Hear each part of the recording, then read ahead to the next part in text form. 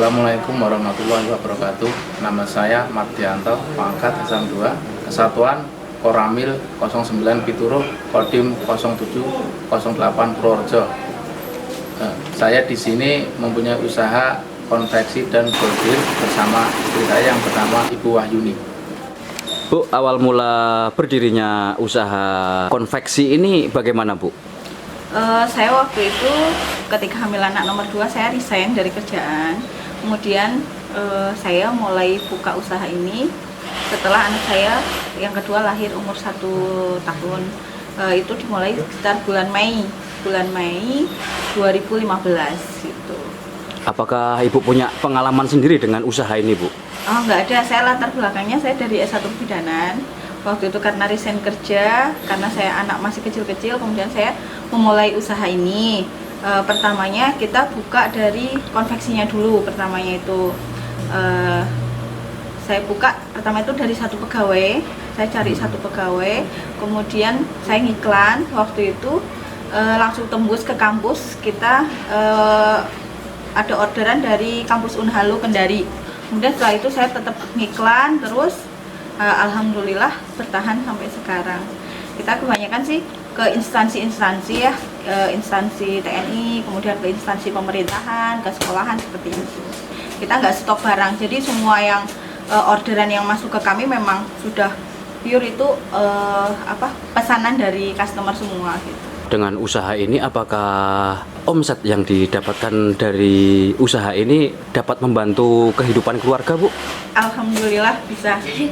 Alhamdulillah cukup, karena prinsip saya itu sebagai perempuan tuh sebisa mungkin saya itu membantu suami mencari nafkah, karena kita kan anak sudah mau 3, jadi tidak mau semuanya suami harus menopang semua kebutuhan keluarga, kan tidak mungkin ya. Kita udah kontrak dengan beberapa tempat, misalnya PPSU Jakarta. Untuk seragam oranye yang nyapu di pinggir jalan itu kita kontrak, kita pegang beberapa kelurahan. Cuma untuk tahun ini karena adanya pandemi ini, corona, kita tahun ini tidak ada pengadaan untuk seragam. Selain itu dengan instansi sekolah, kemudian beberapa instansi TNI, kemudian ada dari Aceh, ada dari Manado, ada dari Palembang, instansi Polri, kita ada sih. Kebanyakan keluar Jawa sih kita.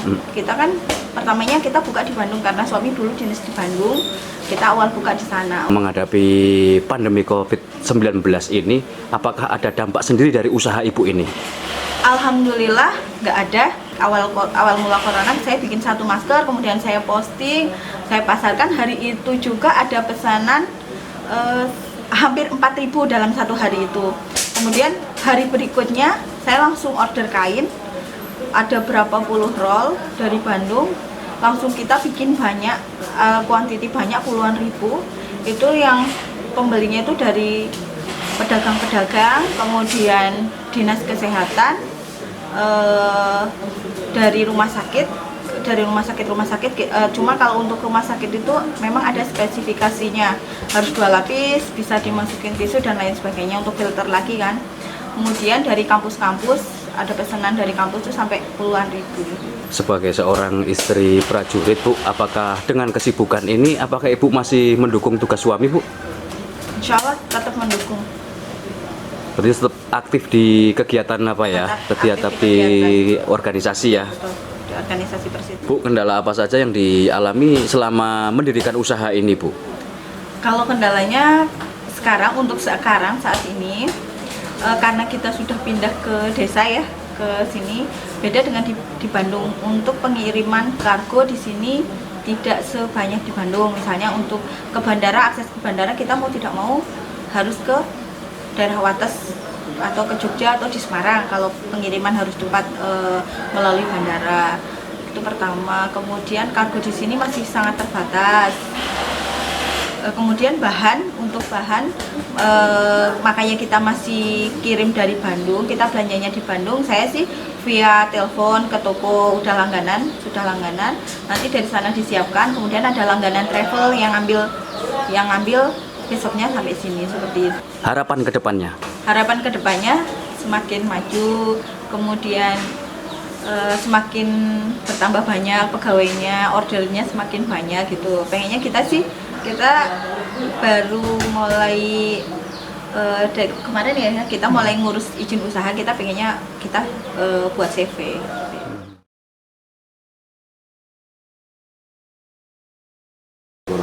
Bu, ini dijelaskan Bu, ini tempat apa ini Bu, yang tempatnya Ibu ini?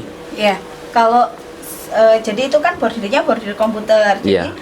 sebelum jalan direkam di flash disk itu gambar harus disetting dulu di sini. Dari mulai setting sampai jadi itu prosesnya berapa hari atau berapa jam itu Bu? Saya bagaimana jenis settingannya. Kalau misalnya gambar ini kan termasuk ruwet ya, kan karena harus ngikutin jalan satu-satunya benang. Iya.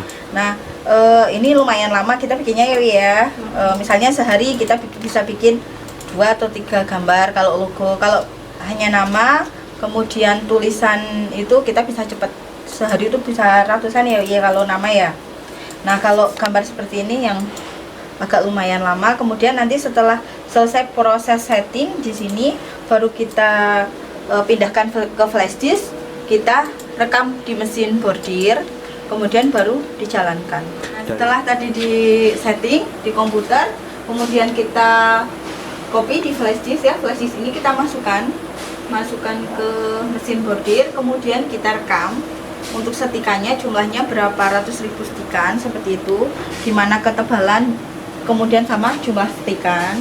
Kemudian setelah sudah ini semuanya sudah terekam, kemudian kita jalankan ke mesin bordir.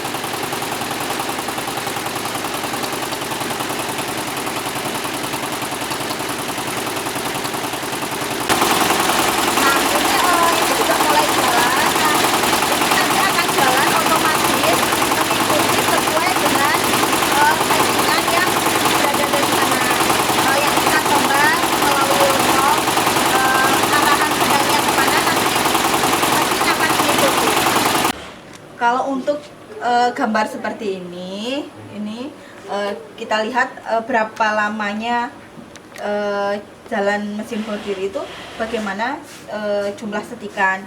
Kalau untuk gambar seperti ini, kira-kira ini satu per gambar itu kita setengah jam. Artinya kalau kita jalan 20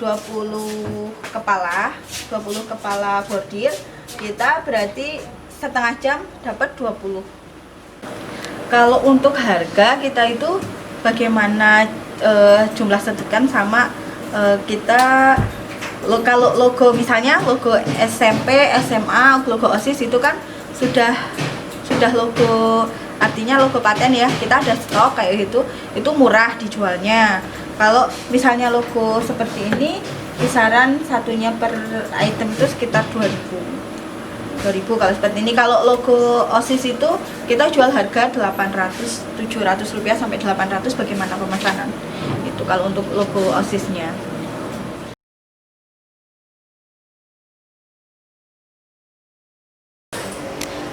Ruangan ini untuk proses jahit setelah dipotong. Ini kebetulan kemarin kita habis kirim barang, jadi udah habis, kita baru pesen kain lagi.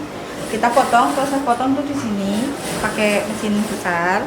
Kemudian setelah dipotong itu kita kalau mau dibordir kita naik ke bordiran.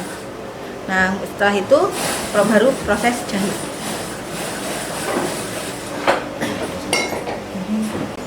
Kalau misalnya untuk celana atau kaos, kita kan kebanyakan di seragam olahraga ya. Prosesnya itu kita pasang list. Kalau training ini kita pasang list dulu pakai mesin ini. Mesin ini namanya mesin Kansai. Mesin Kansai itu fungsinya untuk buat list, kemudian sama ban karet seperti itu. Kemudian baru kita buat saku di badan depan. Ya, buat saku badan depan. Nah, antara badan depan sama belakang baru kita obras seperti ini. Obrasnya. Nah, untuk proses obrasnya.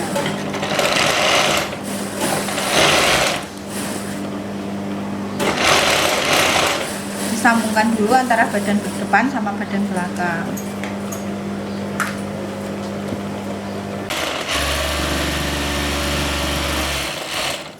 Seperti ini nanti jadinya akan seperti ini setelah tersambung badan belakang sama badan depan.